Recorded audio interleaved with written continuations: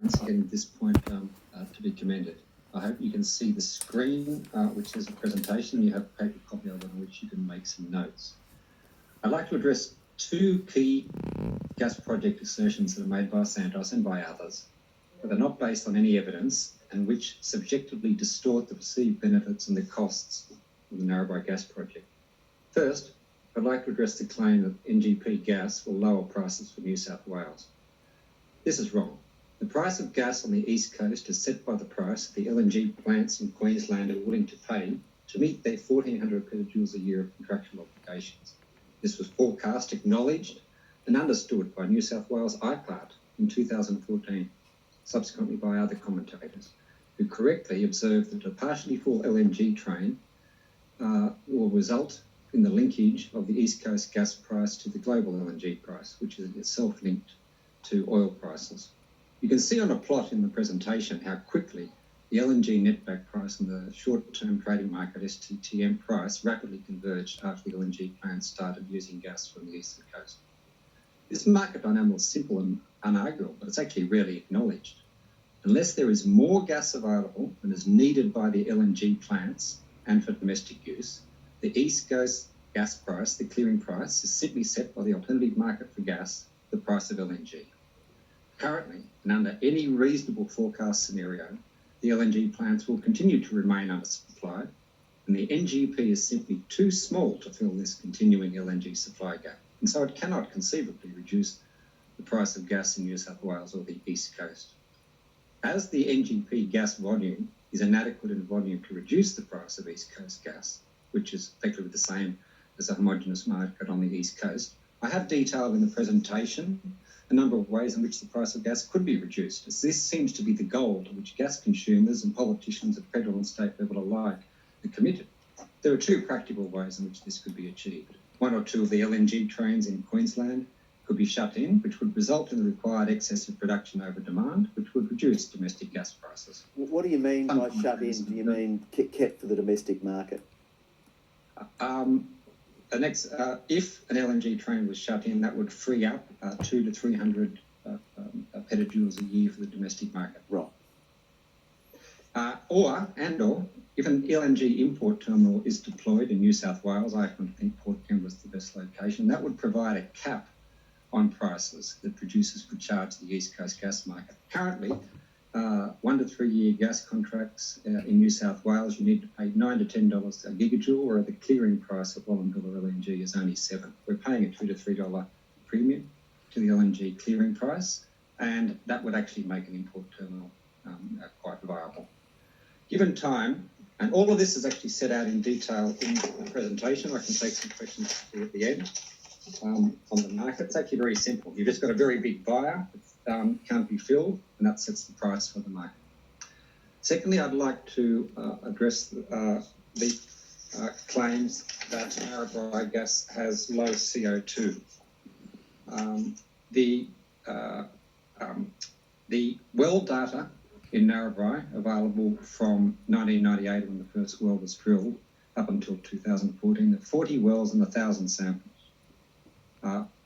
I was requested to do the analysis on this. I spent years in the oil and gas industry looking at wellhead samples and subsurface samples, so I'm qualified to do this. I analysed the thousands of samples and the 40 samples, over 40 wells in the NGP area. The data in the formation, you can see that basically, if you go to the slide, the average CO2 content over the whole project area is about 25%. It's about 33% in the Hoskison's formation, which interestingly, Keith Spence at the AGM Santos said they weren't interested in producing from. This is very interesting because it actually forms a plank of Santos's EIS for the project. And so if they are not going to produce from the high CO2 Hoskison's formation, then the EIS needs to be done again. The Maules Creek formation, which Santos did say they were targeting at the AGM, they claimed that 250 samples, which no one is allowed to see, show that it's 5% CO2, when the 1,000 samples that I, with 30 years of experience looking at this data, analysed, show that the actual CO2 percentage was at least 25 to 30%, and there are some scenarios in which it could actually be considerably higher. The data is all available. I can make it available to the Commission. But at the very least, what we think should be done, since there's a claim that Narrabri will be cheap, low-cost gas, and it will be clean gas, it won't be cheap, and it certainly won't be clean at a CO2 content of 30% CO2. And I believe that a condition of any further consideration of the project would involve Santos making available the 250 samples that it says show low CO2 when all the other data shows something quite different. And that's actually assessed by a competent independent petroleum or oil and gas engineer. Could you please wrap up now? Thanks, Andrew. Right. If you'd like a question, I can very quickly answer. Yeah, can you just go to the page 4 of your presentation? Yeah. Can you just, sorry, just let me get mine in order. Sorry, go to page 3 if you wouldn't mind. Can you just explain that table to the commissioners, where the table that commences with demand at 2025? What are you pointing out in relation to that table, through that table? Okay, the point of that table is that the entire Eastern Coast demand and Queensland, New South Wales, Victoria act as one market effectively. Yep. That whole market is comprised of 1,300 to 1,400 petajoules a year, which have to go to LNG. Yep. And there's about 530 petajoules a year which go to the domestic users. So you can see that 3/4 of the gas produced in the eastern states needs to go to fill LNG plants. That's what that table is. Santos currently is short 1.8 million tonnes per annum of LNG. That requires about 100 petajoules per annum. That would explain why they're so keen to try and get Narrabri, because the commercial cost of them is sort of $9 a gigajoule if they don't meet their contractual commitments. So LNG is taking 1,300 to 1,400 petajoules a year, and that sits there taking gas at the price that LNG is structured out under the contracts, and so sucks all of that gas out of the market, effectively sets the market price. Right. And can I just ask you, on pages 6 and 7, where exactly are you getting the CO2 content data for the Hoskinson seam and the Maules Creek formation? 33%, okay, 22%. I went through every single well. Basically, the DIGS, the Geological Survey of New South Wales, makes appraisal well data available that's more than 5 years old. Right. So all the appraisal well data that has gas samples available on there. From my training, I go through, I pull out the depth in the wells, use the well completion reports. Everything's actually conveniently there on the Geological Survey. Then you look at the gas samples and the depth, and there's other detail if you're plotted up by depth, the CO2. It's just a question of finding the sample that was taken in the coal, plotting it up, and analysing it and averaging it. It's just laborious, methodical, and annoying. But when you do it, the data is actually pretty incontrovertible. So there's a well completion report, there are gas sample reports, there are gas composition analysis. These are all there. You can actually look at them, and we've actually collected them in one place and provide them. I have a website that there's a summary table we could pull down now with every single well setting out what the samples were, the numbers of the samples, and the data. It's just a data exercise. Thank you. Can I just ask a question, given your years of working in the industry?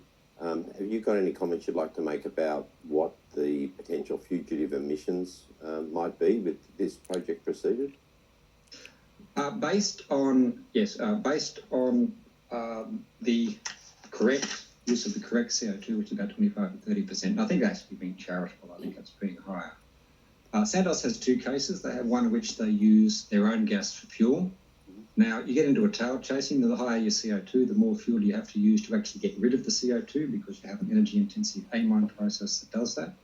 When you properly account for that energy and you properly account for fuel use, if the project had its own fuel use, it would have an emissions intensity for electricity generation from gas from the project of about 1.7,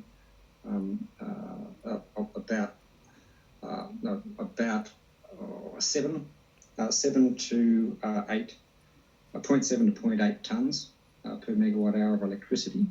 If, as Santos has proposed, they use electricity from the grid to actually remove the CO2 from the gas, so they get more sales gas, the overall intensity from the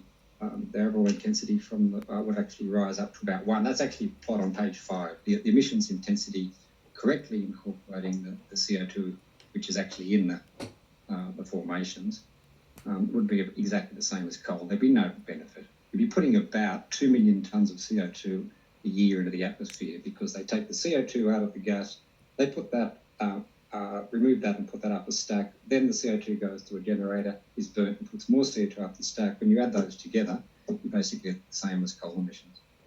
Thank you, Andrew. I think Snow might have a question. Yes. Mr. Grogan, back to the CO2 levels, you stated that you have analysed the publicly available figures, which are up to 214, I think you said, something like that. Yes. The data after that is confidential, yes. Yeah. Those